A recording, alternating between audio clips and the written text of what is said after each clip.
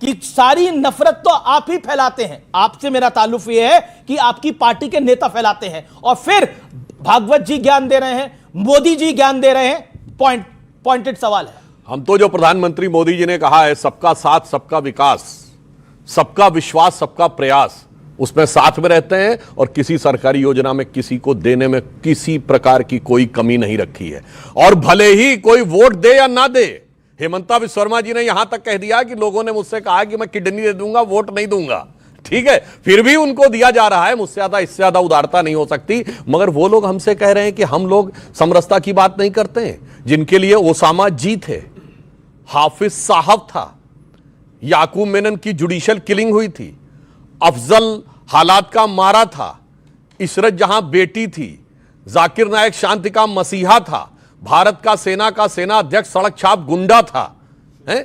वो लोग आकर हमसे ये कह रहे हैं कि उनसे हमें शांति का, सौहार्द का पाठ पढ़ाना चाहिए और भारत तेरे टुकड़े होंगे इंशाअल्लाह वाले लोग भटके हुए नौजवान थे। वो तो एक सेकुलर ब्रिगेड थी, उसमें ऐसी कौन सी बात है। और सर तन से जुदा का नारा तो एक सुंदर सेकुलर संगीत था, इसलिए उसका विरोध करने की कोई आवश्यकता नहीं थी।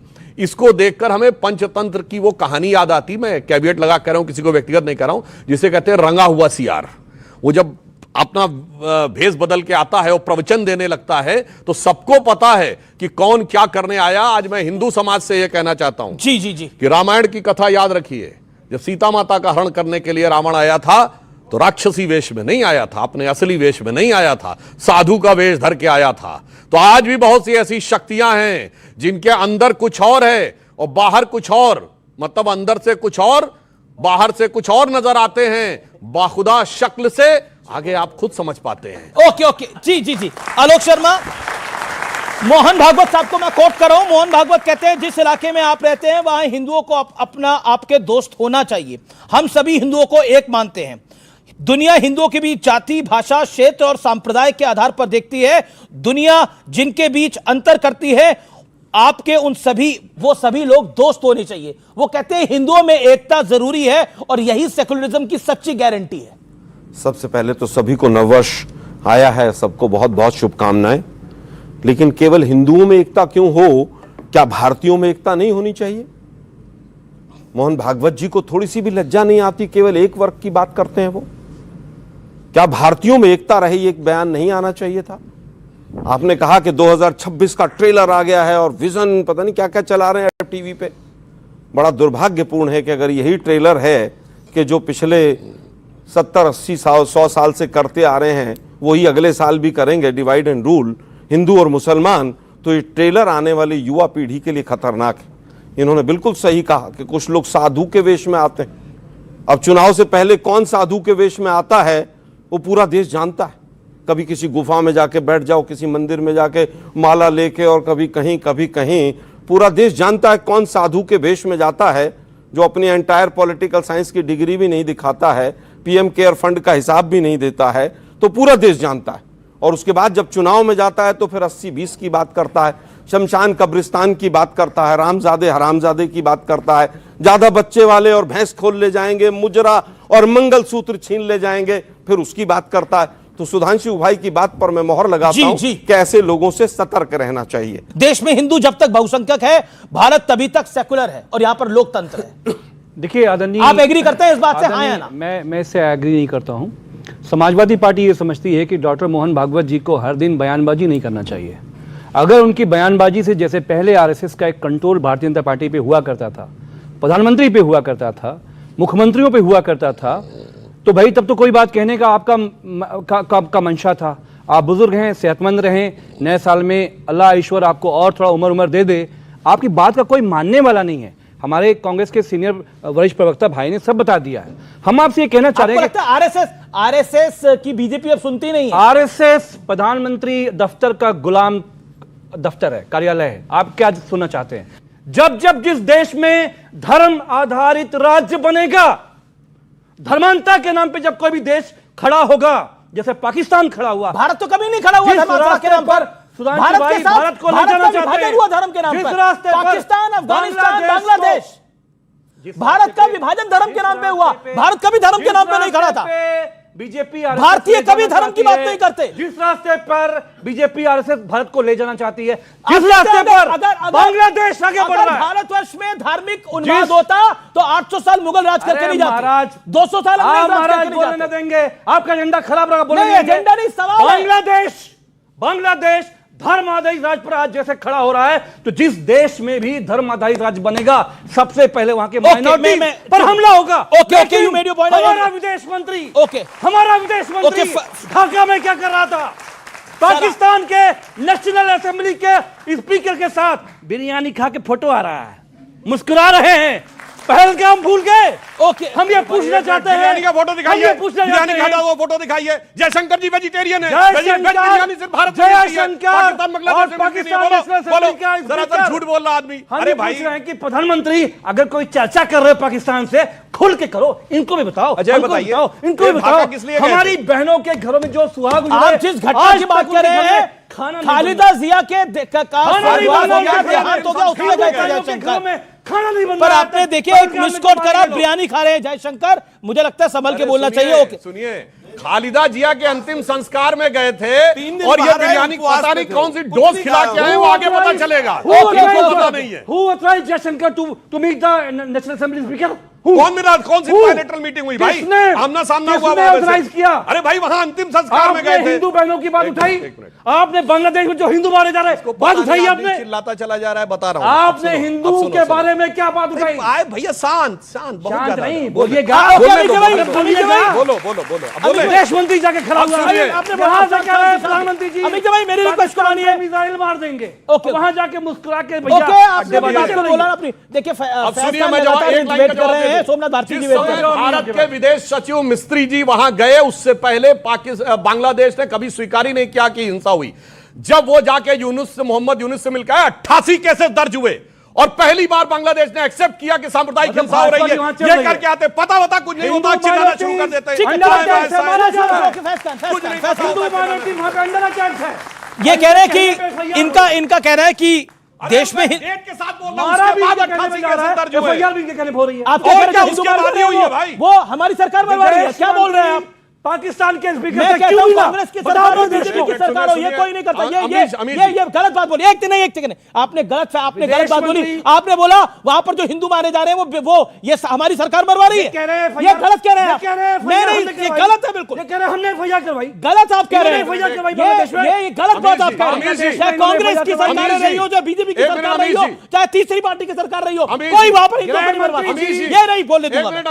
एक लाइन, गज भर की जबान निकालने वाले आदमी से पूछिए कि किसकी पार्टी ने लखनऊ, फैजाबाद और वाराणसी की अदालतों में आतंकवादियों से एफआईआर वापस नहीं दी। कोर्ट से फटकार पड़ी, उसके बाद हुआ और सबको सजा हुई। क्या बेहुदेपन से आगे बोलने लगते हैं? भारत की सरकार मरवा रही है, क्या बोल रहे हैं? कमाल की बात है। ओके, फैज खान आपकी बारी है, प्लीज बोलिए, 1 मिनट, क्विकली 1 मिनट।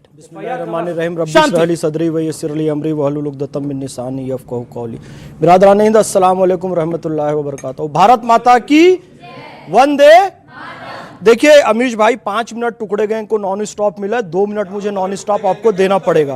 भारत माता की, हिंदुओं का एक होना, आदरणीय सुधांशु भैया, हिंदुओं का एक होना। नहीं बोला उन्होंने, आपको नहीं बोला है, आपको नहीं बोला, आपको नहीं बोला। नहीं, आपने तो बोला ही। ये जो फ्रिंज ग्रुप है बीजेपी आरएसएस, भाई देखो, साबित हो गया, कौन टुकड़े गए? किसी का नाम लिया,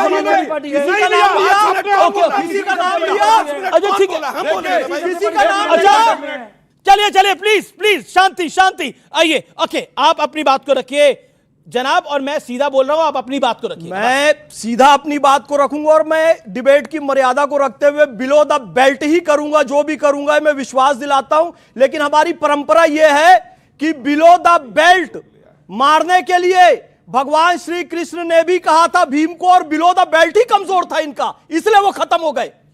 किसका? दुर्योधन का। तो हम बिलो द बेल्ट ही रखेंगे। तुम्हारी कमजोरी तुम्हें मार डालेगी, ध्यान रखना। टूटने के लिए सितारा काफी होता है और समझदार के लिए बस एक इशारा काफी होता है। अब मेरी बात सुनिए, मैं एक मुसलमान हूं और भारतीय मुसलमानों की छवि आप लोगों ने यह बनाई है कि वो बम बांधकर फट जाए, आतंकवाद की बात बोले, वो कहे सर तन से जुदा, तब उसे मुसलमान मानेंगे। जब एक मुसलमान कहता है भारत माता की जय, जब एक मुसलमान कहता है वंदे मातरम, जब एक मुसलमान कहता है मैं टुकड़े गैंग में शामिल नहीं होऊंगा, मैं अखंड भारत की बात करूंगा, तो आपकी दृष्टि यहां में वो मुसलमानों की तो बात ही नहीं हो रही, आपने डायरेक्शन ही दूसरी घुमा ली है। सुनिए, मोहन भागवत मैं ने बोला अपने विषय में हूं। मोहन भागवत विषय होगा उसमें मोहन भागवत जी ने जो बात कही हाँ, है, उस पे आइए। मोहन भागवत जी का स्टेटमेंट कि हिंदू जब तक बहुसंख्यक है, सुनिए, तब तक मुसलमानों के तमाम फिरके और ईसाइयों के तमाम फिरके भारत में सुरक्षित हैं। शिया और सुन्नी के नाम पर पूरी दुनिया में मुसलमान आपस में कत्लेआम करते हैं। प्रोटेस्टेंट, कैरिज्मेटिक, कैथोलिक के नाम पर सबसे ज्यादा कत्लेआम दुनिया में हुआ है। लेकिन याद रखिए, शिया, सुन्नी, अहमदिया, देवबंदी, बरेलवी सब सुरक्षित है, तो केवल भारत में सुरक्षित है क्योंकि हिंदू बहुसंख्यक हैं। सोमनाथ भारती जी, देखिए, पहले तो ये मैं गुजारिश करूंगा माननीय सुधांशु जी से कि स्वयंसेवक संघ के अंदर एक ऐसा विंग बनाए जिसका हेड इनको बनाए। यही है राष्ट्रीय, बहुत जरूरी है। राष्ट्रीय मुस्लिम मंच है, बहुत जरूरी संघ है। से जुड़ा हुआ राष्ट्रीय मुस्लिम मंच है, राष्ट्रवादी मुस्लिम और मुश्किल क्या है कि देखिए, अभी तक मैं बड़े आसानी से शांतिपूर्वक सुन रहा था सबको। जो बच्चे यहाँ बैठे हुए हैं, जो नौजवान मेरे साथी बैठे हुए हैं, इनके फ्यूचर का, इनके शिक्षा का, इनके सुविधाओं का कहाँ चर्चा हो रहा है? जातियों में बांट रहे हैं, धर्म में बांट रहे हैं। अगर मोहन भागवत जी कहते होते कि जी बच्चों में नौकरियां दूंगा, मैं दूंगा, कहते होते तो सुनता मैं। मुश्किल यह हो रहा है कि उत्तर प्रदेश में एक एसएचओ मोबाइल लेके पीठ पे कहता है भाई तू बांग्लादेशी है, उसका मोबाइल में कह रहा है कि मेरा मोबाइल मापता है सिटीजनशिप। अगर इस प्रकार की मूर्खता इस देश में पनपाई जा रही है, इसलिए पनपाई जा रही है कि हम लोग मूर्ख बन रहे हैं धर्म के आधार पे।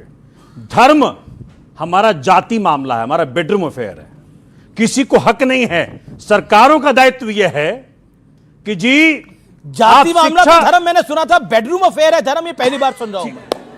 बेडरूम अफेयर कहने का मतलब यह है कि कितना प्राइवेट अफेयर है मेरा, इसके अंदर सरकारों का कोई औचित्य नहीं बनता कि उसके अंदर इंटरफेयर करें।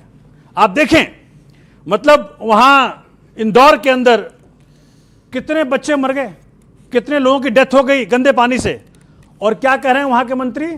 घंटा पॉलिटिक्स कर रहे हैं, घंटा बोल रहे हैं। आप सोचिए, इस देश के अंदर मीडिया की यह औकात हो गई, एक सच्चा जर्नलिस्ट उसको क्वेश्चन करता है मंत्री को, कैलाश विजयवर्गीय साहब को, और वो घंटा बोलता है, उसके बाद चैनल डिलीट कर देता है। तो क्या करेगा पत्रकार? चूंकि हमने बीजेपी को खुला छूट दे दिया है, धर्म के नाम पे हमको मूर्ख बनाते रहो और अपना उल्लू सीधा करते रहो। ठीक है, देखिए, एक धर्म के लिए धर्म घर के अंदर का अफेयर है और दूसरे के लिए सड़क पे पत्थर फेंकते हुए का अफेयर है, और दूसरे के लिए क्या है कि सड़क के ऊपर ही सारी धार्मिक वो होती है प्रक्रिया, और कभी भी मतलब वो बाहर निकलेगा एक धर्म स्थल से पत्थरबाजी करते हुए, इंस्पेक्टर अयूब पंडित जैसे लोगों को मार वार भी देगा श्रीनगर में, तो वो कोई अफेयर नहीं होता। That's all together a different thing. तो इसलिए मैं कहना चाहता हूं, अब जो आपने हिंदू की बात कही, ग्रोथ की बात, बिल्कुल मैं कहना चाहता हूं, एक दौर था इस देश में, कहा जाता 2% की ग्रोथ रेट होती थी नॉर्मली, 1.5, 2, 2.5, इससे ऊपर भारत की ग्रोथ रेट नहीं होती थी 50 के दशक से लेकर 90 के दशक तक, और उसका मजाक उड़ाया जाता था ये हिंदू ग्रोथ रेट है, यानी हिंदू इससे आगे नहीं बढ़ सकते। आज मैं पूछना चाहता हूं, आज वर्ल्ड की सारी मेजर इकोनॉमीज में फास्टेस्ट ग्रोइंग इकोनॉमी कौन है? भारत 8.5% के साथ। यह हिंदुत्व की ग्रोथ रेट है। जब से हिंदुत्व वाले आए हैं तब से यह अंतर आया है, और अब हम चौथी बड़ी अर्थव्यवस्था बने हैं, चौथे बड़े स्टॉक एक्सचेंज बने हैं, तीसरे बड़े ऑटोमोबाइल मैन्युफैक्चरर बने हैं, दूसरे बड़े मोबाइल हैंडसेट के मैन्युफैक्चरर बने हैं, और डिजिटल ट्रांजैक्शन में दुनिया के नंबर 1 देश बने हैं, और चांद के छूते कोने दक्षिण ध्रुव को छूने वाले दुनिया के पहले देश बने हैं। यह हुआ है जब से डेवलपमेंट की बात हुई है। और इस समय महंगाई की दर पूछिए किसी से, आज कोई महंगाई का नाम नहीं लेता। महंगाई की दर बहुत कम है, 2%, 2.5% के आसपास है। बेरोजगारी की दर इस समय दुनिया के जितने भी बड़े बड़े देश हैं, चीन से लेकर अमेरिका तक, उन सब में सबसे कम है। और इस कारण से मैं ये अंत में ये भी कहना चाहता हूं, फ्यूचर में हिंदुत्व का क्या रोल है। आज मैं बच्चों से कहना चाहता हूं, सबसे ज्यादा किस चीज का क्वेश्चन पूछते हो? एआई से जाके पूछते हो ना, और एआई में सबसे ज्यादा यूज होने वाला प्लेटफॉर्म चैट जीपीटी है। चैट जीपीटी के ओनर सैम ऑल्टमैन से पूछा गया कि साहब कौन सा ऐसा क्वेश्चन है जो आपको लगता है एआई के पास जिसका जवाब नहीं है पर शायद आपके पास है।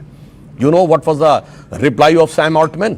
उसने कहा the absolute equivalence of Atman and ब्राह्मण। आत्मा और ब्रह्म में एब्सोल्यूट इक्विवेलेंस है।